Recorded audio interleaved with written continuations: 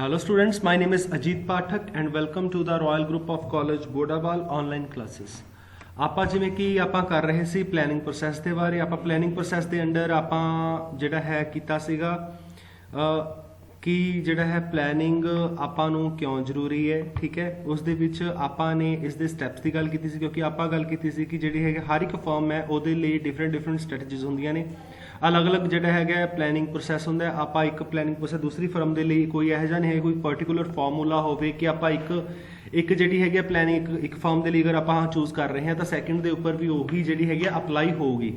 ਠੀਕ ਹੈ, ਸੋ ਉਸ ਦੇ ਲਈ ਆਪਾਂ ਕੁਝ ਸਟੈਪਸ ਦੀ ਗੱਲ ਕੀਤੀ ਸੀਗੀ ਪਲੈਨਿੰਗ ਪ੍ਰੋਸੈਸ ਦੇ ਅੰਡਰ। ਆਪਾਂ ਜਿਹੜਾ ਫਰਸਟ ਸਟੈਪ ਕੀਤਾ ਸੀ ਉਹ ਆਪਾਂ ਕੀਤਾ ਸੀ ਐਨਾਲਿਸਿਸ ਆਫ ਇਨਵਾਇਰਨਮੈਂਟ, ਜਿਸ ਦੇ ਅੰਡਰ ਆਪਾਂ ਗੱਲ ਕੀਤੀ ਸੀ ਸਵॉट ਦੀ। ਸਵॉट ਦੇ ਵਿੱਚ strength, weakness, opportunity and threats ਦੀ ਗੱਲ ਕੀਤੀ ਸੀ ਕਿ ਉਹਦੇ ਬਾਰੇ ਸਟੱਡੀ ਕਰਨੀ ਚਾਹੀਦੀ। ਦੈਨ ਫਿਰ ਆਪਾਂ ਗੱਲ ਕੀਤੀ ਸੀ setting of objectives. Setting of objectives ਦੇ ਵਿੱਚ ਜਿਹੜੇ ਹੈਗੇ ਆ ਡਿਫਰੈਂਟ ਆਬਜੈਕਟਿਵਸ ਹੁੰਦੇ ਆ, ਚਾਹੇ ਉਹ ਲੌਂਗ ਟਰਮ ਜਿਹੜੇ ਹੈਗੇ ਲੌਂਗ ਰਨ ਆਬਜੈਕਟਿਵਸ ਹੋਣ ਜਾਂ ਸ਼ਾਰਟ ਰਨ ਆਬਜੈਕਟਿਵਸ ਹੋਣ। ਠੀਕ ਹੈ, ਦੈਨ ਹੁਣ ਜਿਹੜਾ ਨੈਕਸਟ ਥਰਡ ਆ ਜਾਂਦਾ ਹੈ ਡਿਵੈਲਪ ਪ੍ਰੈਮਾਈਜ਼ਸ। ਠੀਕ ਹੈ, ਇਸ ਦੇ ਅੰਡਰ ਜਿਹੜਾ ਥਰਡ ਆ ਜਾਂਦਾ ਹੈ ਉਹ ਹੈਗਾ develop ਪ੍ਰੈਮਾਈਜ਼ਸ। Third one is your develop premises।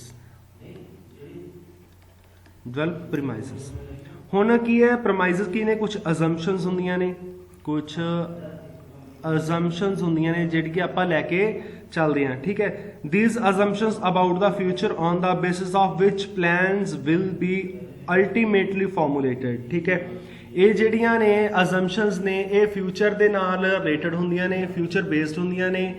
ਠੀਕ ਹੈ, ਇਹਦੇ ਵਿੱਚ ਕੀ ਹੁੰਦਾ ਕਿ ਜਿਹੜੀਆਂ ਇਹਦੇ ਵਿੱਚ ਕੀ ਹੁੰਦਾ ਕਿ ਜਿਹੜੇ ਹੈਗੇ ਆਪਣੇ ਪਲਾਨਸ ਨੇ ਉਹ ਅਲਟੀਮੇਟਲੀ ਆਪਾਂ ਬਣਾ ਲਵਾਂਗੇ ਕਿਉਂਕਿ ਆ ਜਿਹੜੇ ਹੈਗੇ ਫਿਊਚਰਸ ਨੂੰ ਲੈ ਕੇ ਚੱਲਦੀਆਂ ਨੇ।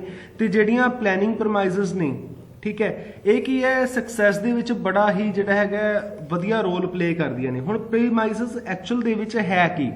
ਪ੍ਰਮਾਈਜ਼ਸ ਦੇ ਵਿੱਚ ਐਕਚੁਅਲੀ ਆਪਾਂ ਗੱਲ ਕਿਸ ਚੀਜ਼ ਦੀ ਕਰਦੇ ਹਾਂ? ਪ੍ਰਮਾਈਜ਼ਸ ਹੁੰਦੀਆਂ ਨੇ ਅਜ਼ੰਪਸ਼ਨਸ। ਆਪਾਂ ਜਿਹੜਾ ਹੈਗਾ ਇਹਦੇ ਵਿੱਚ ਜਿਹੜਾ ਹੈ ਆਪਾਂ ਫਿਊਚਰ ਦੇ ਬਾਰੇ ਜਿਹੜਾ ਹੈਗਾ ਆਪਾਂ ਦੇਖਦੇ ਹਾਂ ਕਿ ਫਿਊਚਰ ਦੇ ਵਿੱਚ ਕੀ ਹੋ ਸਕਦਾ ਹੈ। ਆਪਣੀਆਂ ਸੇਲਸ ਕਿੰਨੀਆਂ ਹੋ ਸਕਦੀਆਂ ਨੇ, ਸੇਲਸ ਕਿੰਨੀਆਂ ਹੋਣ, ਕਿਉਂਕਿ ਹੁਣ ਆਪਾਂ ਜਿਹੜੀ ਪ੍ਰੋਡਕਸ਼ਨ ਉਹ ਤਾਂ ਐਟ ਪ੍ਰੈਜ਼ੈਂਟ ਕਰਨੀ ਹੈ ਨਾ, ਤਾਂ ਉਹ ਕੀ ਹੈ ਜਿਹੜੀ ਆਪਾਂ ਉਹ ਕਿਸ ਬਿਹਾਫ ਦੇ ਉੱਪਰ ਆਪਾਂ ਕਰਾਂਗੇ ਕਿ ਫਿਊਚਰ ਦੇ ਵਿੱਚ ਜਿਹੜੀ ਹੈਗੀ ਹੈ ਕੁਝ ਜਿਹੜੀ ਆਪਣੀ ਸਪਲਾਈ ਹੈ ਕਿੰਨੀ ਦੀ ਜ਼ਰੂਰਤ ਪਊਗੀ, ਫਿਊਚਰ ਦੇ ਵਿੱਚ ਕਿਸੇ ਪ੍ਰੋਡਕਟ ਦੀ ਡਿਮਾਂਡ ਹੈ ਉਹ ਕਿੰਨੀ ਹੋਊਗੀ। ਠੀਕ ਹੈ, ਪ੍ਰੋਡਕਸ਼ਨ ਕਾਸਟ ਦੇ ਉੱਪਰ ਕੀ ਇੰਪੈਕਟ ਪੈ ਸਕਦਾ, ਪ੍ਰੋਡਕਸ਼ਨ ਕਾਸਟ ਕੀ ਹੋਊਗੀ ਫਿਊਚਰ ਦੇ ਵਿੱਚ। ਠੀਕ ਹੈ, ਜਾਂ ਆਪਾਂ ਕਹਿ ਸਕਦੇ ਹਾਂ ਪ੍ਰਾਈਸਸ ਦੇ ਕੀ ਹੋਣਗੇ, ਜਿਹਦੇ ਵਿੱਚ ਆਪਾਂ ਫੋਰਕਾਸਟ ਦੀ ਗੱਲ ਕਰ ਲੈਂਦੇ ਹਾਂ। ਠੀਕ ਹੈ, ਸੋ ਪ੍ਰਮਾਈਜ਼ਸ ਕੀ ਹੁੰਦੇ ਨੇ? Basically it is related to the forecasting. Forecasting ਦਾ ਮਤਲਬ ਕੀ ਹੈ? ਆਪਾਂ ਫਿਊਚਰ ਦੇ ਬਾਰੇ ਆਪਾਂ ਕੁਝ ਅੰਦਾਜ਼ਾ ਲਗਾ ਲੈਣਾ, ਫਿਊਚਰ ਦੇ ਬਾਰੇ ਆਪਾਂ ਲੈ ਕੇ ਚੱਲਣਾ। ਠੀਕ ਹੈ, ਜਿਹਦੇ ਵਿੱਚ ਆਪਾਂ ਸੇਲਸ ਦੀ ਗੱਲ ਕਰਦੇ ਹਾਂ, ਸਪਲਾਈ ਦੀ ਗੱਲ ਕਰਦੇ ਹਾਂ, ਪ੍ਰੋਡਕਸ਼ਨ ਦੀ ਗੱਲ ਕਰਦੇ ਹਾਂ, ਪ੍ਰਾਈਸਸ ਦੀ ਗੱਲ ਕਰਦੇ ਹਾਂ, ਈਵਨ ਗਵਰਨਮੈਂਟ ਦੀਆਂ ਪਾਲਿਸੀਜ਼ ਦੀ ਵੀ ਗੱਲ ਕਰਦੇ ਹਾਂ। ਗਵਰਨਮੈਂਟ ਪਾਲਿਸੀਜ਼ ਹੋ ਗਿਆ ਜਿਹਦੇ ਅੰਡਰ ਟੈਕਸੇਸ਼ਨ ਸਿਸਟਮ ਹੋ ਗਿਆ, ਟੈਕਸਸ ਹੋ ਗਿਆ ਕਿ ਕਿਹੜੇ ਟੈਕਸਸ ਕਿਸ ਤਰੀਕੇ ਦੇ ਨਾਲ ਲੱਗਣਗੇ। ਠੀਕ ਹੈ, ਗਵਰਨਮੈਂਟ ਕੰਟਰੋਲ ਹੋ ਗਿਆ ਜਾਂ ਕੰਜ਼ਿਊਮਰ ਬਿਹੇਵੀਅਰ ਹੋ ਗਿਆ, ਕੰਜ਼ਿਊਮਰ ਬਿਹੇਵੀਅਰ ਦੇ ਅੰਡਰ ਕੀ ਚੇਂਜਸ ਆਣਗੇ, ਉਹ ਸਾਰਾ ਕਿਹਦੇ ਆ ਜਾਊਗਾ, ਕਿਹਦੇ ਅੰਡਰ ਆ ਜਾਂਦਾ? ਉਹ ਆ ਜਾਂਦਾ ਡਿਵੈਲਪਮੈਂਟ ਆਫ ਪ੍ਰਮਾਈਜ਼ਸ, ਡਿਵੈਲਪ ਪ੍ਰਮਾਈਜ਼ਸ ਦੇ ਅੰਡਰ ਆ ਜਾਂਦਾ। ਕਿਉਂ? ਕਿਉਂਕਿ ਜਿਹੜਾ ਫੋਰਕਾਸਟਿੰਗ ਹੈ, ਠੀਕ ਹੈ, it is very important part ਕਿਹਦੇ ਲਈ? ਇੱਕ ਆਰਗੇਨਾਈਜੇਸ਼ਨ ਦੇ ਬਹੁਤ ਹੀ ਜਿਹੜਾ ਹੈਗਾ ਇੰਪੋਰਟੈਂਟ ਪਾਰਟ ਹੈ। ਕਿਉਂ? ਕਿਉਂਕਿ ਜਦੋਂ ਵੀ ਆਪਾਂ ਕਦੇ ਕਿਸੇ ਆਰਗੇਨਾਈਜੇਸ਼ਨ ਦੇ ਅੰਡਰ ਕੋਈ ਵੀ ਪ੍ਰੋਡਕਸ਼ਨ ਦੀ ਗੱਲ ਕਰਦੇ ਹਾਂ, ਠੀਕ ਹੈ, ਕਿਸੇ ਵੀ ਤਰੀਕੇ ਦੇ ਨਾਲ ਆਪਾਂ ਸੇਲਸ ਦੀ ਗੱਲ ਕਰਦੇ ਹਾਂ, ਉਹਦੇ ਵਿੱਚ ਜਿਹੜਾ ਹੈਗਾ ਫੋਰਕਾਸਟਿੰਗ ਹੈ ਉਹ ਬਹੁਤ ਹੀ ਵੱਡਾ ਜਿਹੜਾ ਰੋਲ ਹੈ ਉਹ ਪਲੇ ਕਰਦੀ ਹੈ। ਕਿਉਂ ਕਰਦੀ ਹੈ?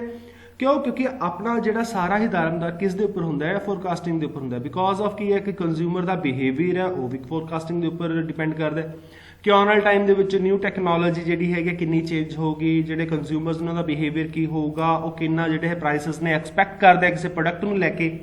ਠੀਕ ਹੈ, ਉਸ ਤੋਂ ਬਾਅਦ ਆਪਣੀ ਜਿਹੜੀ ਪ੍ਰੋਡਕਸ਼ਨ ਕਾਸਟ ਹੈ ਉਸ ਦੇ ਉੱਪਰ ਕੀ ਇੰਪੈਕਟ ਪਊਗਾ, ਸਪਲਾਈ ਦੇ ਉੱਪਰ ਕੀ ਇੰਪੈਕਟ ਪਊਗਾ, ਉਹ ਸਾਰੀਆਂ ਚੀਜ਼ਾਂ ਕਿਸ ਦੇ ਨਾਲ ਰਿਲੇਟਡ ਹੁੰਦੀਆਂ ਨੇ? ਉਹ ਹੈਗੀਆਂ ਨੇ ਡਿਵੈਲਪਮੈਂਟ ਆਫ ਪ੍ਰਮਾਈਜ਼ਸ ਦੇ ਅੰਡਰ ਜਿਹੜਾ ਹੈਗਾ ਆ ਜਾਂਦਾ ਹੈ। ਠੀਕ ਹੈ, ਉਸ ਤੋਂ ਬਾਅਦ ਆ ਜਾਂਦਾ ਹੈ ਨੈਕਸਟ ਹੈਗਾ ਡਿਟਰਮਾਈਨ ਐਂਡ ਇਵੈਲੂਏਟ ਅਲਟਰਨੇਟਿਵਸ। ਨੈਕਸਟ ਹੈ fourth one is determine and evaluate alternatives। ये गया है ना फोर्थ स्टेप। ठीक है, it is search and identify the alternative course of action। ठीक है, ਹੁਣ ਇਹਦੇ ਵਿੱਚ ਡਿਟਰਮਾਈਨ ਐਂਡ ਇਵੈਲੂਏਟ ਅਲਟਰਨੇਟਿਵਸ। ਹੁਣ ਇਹਦੇ ਵਿੱਚ ਆਪਾਂ ਕੀ ਕਰਦੇ ਹਾਂ, ਸਰਚ ਕਰਦੇ ਹਾਂ ਐਂਡ ਆਇਡੈਂਟੀਫਾਈ ਕਰਦੇ ਹਾਂ ਕਿ ਆਪਣੇ ਕੋਲ ਕਿਹੜੇ ਕਿਹੜੇ ਅਲਟਰਨੇਟਿਵਸ ਨੇ ਉਹ ਕਿ ਆਪਣੇ ਕੋਲ ਅਵੇਲੇਬਲ ਨੇ। ਠੀਕ ਹੈ, it suggests that particular objectives can be achieved in numerous ways, but the most relevant alternative must be listed down so that selection is made easier. Once various alternatives are identified, they must be well analyzed and their strong and weakness points. ਹੁਣ ਆਪਣੇ ਕੋਲ different ਕੋਈ ਵੀ ਆਪਾਂ objectives ਲੈ ਕੇ ਚੱਲਦੇ ਹਾਂ। ਠੀਕ ਹੈ, ਉਹ ਆਬਜੈਕਟਿਵਸ ਨੂੰ ਆਪਾਂ ਅਚੀਵ ਕਰ ਸਕਦੇ ਹਾਂ, ਕੁਝ ਆਪਣੇ ਕੋਲ ਸਟ੍ਰੈਟਜੀਜ਼ ਹੋਣਗੀਆਂ। ਠੀਕ ਹੈ, ਉਹਦੇ ਵਿੱਚ ਆਪਣੇ ਕੋਲੇ ਅਲੱਗ-ਅਲੱਗ ਅਲਟਰਨੇਟਿਵਸ ਹੋਣਗੇ, ਮਤਲਬ ਅਲੱਗ-ਅਲੱਗ ਆਪਣੇ ਕੋਲ ਪਲਾਨਸ ਹੋਣਗੇ। ਉਹ ਅਲਟਰਨੇਟਿਵਸ ਜਿਹੜੇ ਡਿਫਰੈਂਟ ਆਪਣੇ ਕੋਲ ਅਲਟਰਨੇਟ ਨੇ, ਠੀਕ ਹੈ, ਉਹਦੇ ਵਿੱਚ ਆਪਾਂ ਜੇ ਅਗਰ ਆਬਜੈਕਟਿਵਸ ਅਚੀਵ ਕਰਨੇ ਆ ਤਾਂ ਆਪਾਂ ਕੀ ਕਰਾਂਗੇ, ਜਿਹੜੇ ਆਪਣੇ ਕੋਲ ਉਹ ਪਲਾਨਸ ਨੇ, ਜਿਹੜੇ ਆਪਣੇ ਕੋਲ ਅਲਟਰਨੇਟਸ ਨੇ, ਜਿਹੜੇ ਆਪਣੇ ਕੋਲ ਰਸਤੇ ਨੇ ਉਹਨਾਂ ਚੀਜ਼ਾਂ ਨੂੰ ਅਚੀਵ ਕਰਨ ਦੇ, ਆਪਣੇ ਆਬਜੈਕਟਿਵਸ ਨੂੰ ਅਚੀਵ ਕਰਨ ਦੇ, ਆਪਾਂ ਸਭ ਤੋਂ ਪਹਿਲਾਂ ਕੀ ਕਰਾਂਗੇ, ਆਪਾਂ ਸਾਰੇ ਜਿਹੜੇ ਅਲਟਰਨੇਟਿਵਸ ਨੇ ਉਹ ਦੇਖਾਂਗੇ ਵੀ ਆਪਣੇ ਕੋਲ ਕਿਹੜੇ ਕਿਹੜੇ ਜਿਹੜੇ ਚੋਇਸਸ ਨੇ। ਠੀਕ ਹੈ, ਆਪਾਂ ਚੋਇਸਸ ਦੇਖਾਂਗੇ, ਉਸ ਤੋਂ ਬਾਅਦ ਉਹਨਾਂ ਨੂੰ ਆਪਾਂ ਕੀ ਕਰਾਂਗੇ, ਐਨਾਲਾਈਜ਼ ਕਰਾਂਗੇ। ਠੀਕ ਹੈ, ਐਨਾਲਾਈਜ਼ ਕਰਨ ਤੋਂ ਬਾਅਦ ਦੈਨ ਫਿਰ ਕੀ ਕੀਤਾ ਜਾਊਗਾ, ਆਇਡੈਂਟੀਫਾਈ ਕੀਤਾ ਜਾਊਗਾ ਕਿ ਜਿਹੜੇ ਆਪਣੇ ਕੋਲੇ ਡਿਫਰੈਂਟ ਜਿਹੜੇ ਆਪਣੇ ਕੋਲੇ ਆਪਸ਼ਨਸ ਨੇ ਉਹਨਾਂ ਦੇ ਕਿਹੜੇ ਕਿਹੜੇ ਸਟਰੋਂਗ ਪੁਆਇੰਟਸ ਨੇ ਐਂਡ ਕਿਹੜੇ ਕਿਹੜੇ ਵੀਕਨੈਸ ਨੇ। ਠੀਕ ਹੈ, ਕਿਹੜੇ ਕਿਹੜੇ ਉਹਨਾਂ ਦੇ ਵਿੱਚ ਚੰਗੀਆਂ ਗੱਲਾਂ ਨੇ, ਕਿਹੜੇ ਕਿਹੜੇ ਨੈਗੇਟਿਵ ਇੰਪੈਕਟ ਪੈਣਗੇ, ਕਿਹੜੇ ਕਿਹੜੇ ਆਪਾਂ ਨੂੰ ਪੋਜ਼ਿਟਿਵ ਬੈਨੀਫਿਟ ਮਿਲਣਗੇ, ਕਿਹੜੇ ਕਿਹੜੇ ਆਪਾਂ ਨੂੰ ਉਹਦੇ ਜਿਹੜੇ ਲਾਸ ਹੋ ਸਕਦੇ ਆ। ਠੀਕ ਹੈ, ਉਹ ਸਾਰੇ ਆਪਾਂ ਡਿਸਕਸ ਕਰਾਂਗੇ। ਉਹਦੇ ਵਿੱਚ ਫਿਰ ਆਪਾਂ ਦੇਖਾਂਗੇ ਵਿਚ ਵਨ ਇਜ਼ ਬੈਟਰ, ਉਹਨੂੰ ਆਪਾਂ ਚੂਜ਼ ਕਰਾਂਗੇ। ਠੀਕ ਹੈ, ਮਤਲਬ ਆਪਾਂ ਕੀ ਕਰਾਂਗੇ, ਚੋਇਸ ਕਰਾਂਗੇ ਕਿ ਕਿਹੜਾ ਜਿਹੜਾ ਜ਼ਿਆਦਾ ਬੈਸਟ ਹੈ, which one is best alternate for us. ਠੀਕ ਹੈ, to get or to achieve objectives. ਠੀਕ ਹੈ, ਉਹਦੇ ਵਿੱਚ ਜਿਹੜਾ ਹੈਗਾ ਆਪਾਂ ਇਵੈਲੂਏਟ ਕਰਾਂਗੇ ਆਪਣੇ ਅਲਟਰਨੇਟਿਵਸ ਨੂੰ। ਠੀਕ ਹੈ ਜੀ, ਉਹ ਆ ਜਾਂਦਾ ਆਪਣੇ ਅੰਡਰ ਪਲੈਨਿੰਗ। ਨੈਕਸਟ ਹੈ selection of best alternative. Fifth ਆਪਣਾ ਆ ਜਾਂਦਾ ਹੈ selection of best alternative. Fifth one is selection of best alternative। selection of best alternative ਦੇ ਅੰਦਰ ਕੀ ਆ ਜਾਂਦਾ, ਜਿਹੜਾ ਇਹਦੇ ਵਿੱਚ ਹੁੰਦਾ this is the point where a certain plan is adopted। when the alternatives are determined, most suitable alternative must be chosen out from list which can be give maximum output with minimum risk। ਹੁਣ ਕੀ ਹੈ, ਆਪਾਂ ਦੇਖੋ ਪਿਛਲੇ ਦੇ ਵਿੱਚ ਆਪਾਂ ਗੱਲ ਕੀਤੀ ਸੀ ਕਿ ਆਪਾਂ ਜਿਹੜੇ ਅਲਟਰਨੇਟਿਵਸ ਨੇ ਆਪਾਂ ਉਹ ਕੀ ਕਰਾਂਗੇ, ਆਪਾਂ ਦੇਖਾਂਗੇ, ਆਪਾਂ ਉਹਨਾਂ ਨੂੰ ਚੋਇਸ ਕਰਾਂਗੇ ਕਿ ਆਪਣੇ ਕੋਲ ਅਲਟਰਨੇਟਿਵਸ ਕਿਹੜੇ ਕਿਹੜੇ ਅਵੇਲੇਬਲ ਨੇ। ਆਪਾਂ ਜਦੋਂ ਆਪਣੇ ਅਵੇਲੇਬਲ ਅਲਟਰਨੇਟਿਵਸ ਦੇਖ ਲਏ, ਦੈਨ ਉਹ ਅਵੇਲੇਬਲ ਅਲਟਰਨੇਟਿਵਸ ਦੇ ਵਿੱਚੋਂ ਆਪਾਂ ਦੇਖਾਂਗੇ ਕਿ ਉਹਦੇ ਜਿਹੜੇ ਪੋਜ਼ਿਟਿਵ ਤੇ ਐਂਡ ਨੈਗੇਟਿਵ ਇੰਪੈਕਟ ਕਿਹੜੇ ਨੇ। ਫਿਰ ਉਹਨਾਂ ਦੇ ਵਿੱਚੋਂ ਆਪਾਂ ਕੀ ਕਰਾਂਗੇ, ਆਪਾਂ ਚੋਇਸ ਕਰਾਂਗੇ।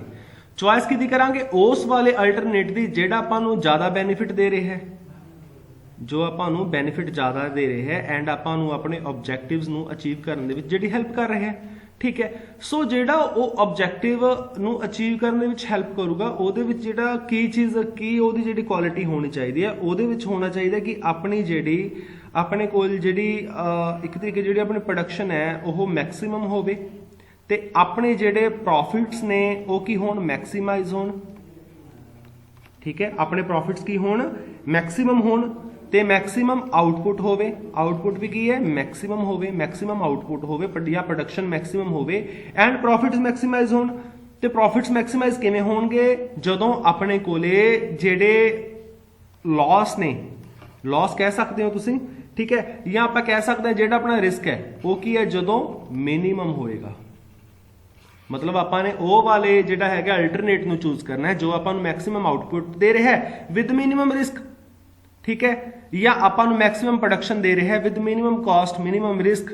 ਠੀਕ ਹੈ, ਜਾਂ ਮੈਕਸਿਮਮ ਪ੍ਰੋਫਿਟਸ ਦੇ ਰਿਹਾ ਹੈ। ਸੋ ਇਸ ਤਰੀਕੇ ਦੇ ਨਾਲ ਜਿਹੜਾ ਹੈਗਾ ਆਪਾਂ ਬੈਸਟ ਅਲਟਰਨੇਟ ਹੈ ਉਹਨੂੰ ਆਪਾਂ ਕੀ ਕਰ ਲਾਂਗੇ, ਚੂਜ਼ ਕਰ ਲਵਾਂਗੇ। ਠੀਕ ਹੈ, ਕਿਸ ਦੇ ਅੰਡਰ, ਆਪਾਂ ਪਲੈਨਿੰਗ ਦੇ ਅੰਡਰ। ਠੀਕ ਹੈ ਜੀ, ਆਪਣੇ ਅੱਜ ਜਿਹੜੇ ਹੈਗੇ ਆ ਦੋ ਆਪਾਂ ਇਹ ਡਿਸਕਸ ਕਰ ਲਏ ਤਿੰਨ। ਉਸ ਤੋਂ ਬਾਅਦ ਆਪਾਂ ਨੈਕਸਟ ਵੀਡੀਓ ਦੇ ਵਿੱਚ ਨੈਕਸਟ ਵਾਲੇ ਜਿਹੜਾ ਹੈਗਾ formulation of derivative plan, budget formulation, implementation of plan and follow up action ਆਪਾਂ ਉਹ ਕਵਰ ਅਪ ਕਰ ਲਵਾਂਗੇ। ਠੀਕ ਹੈ ਜੀ, thank you so much, have a good day, stay home, stay safe.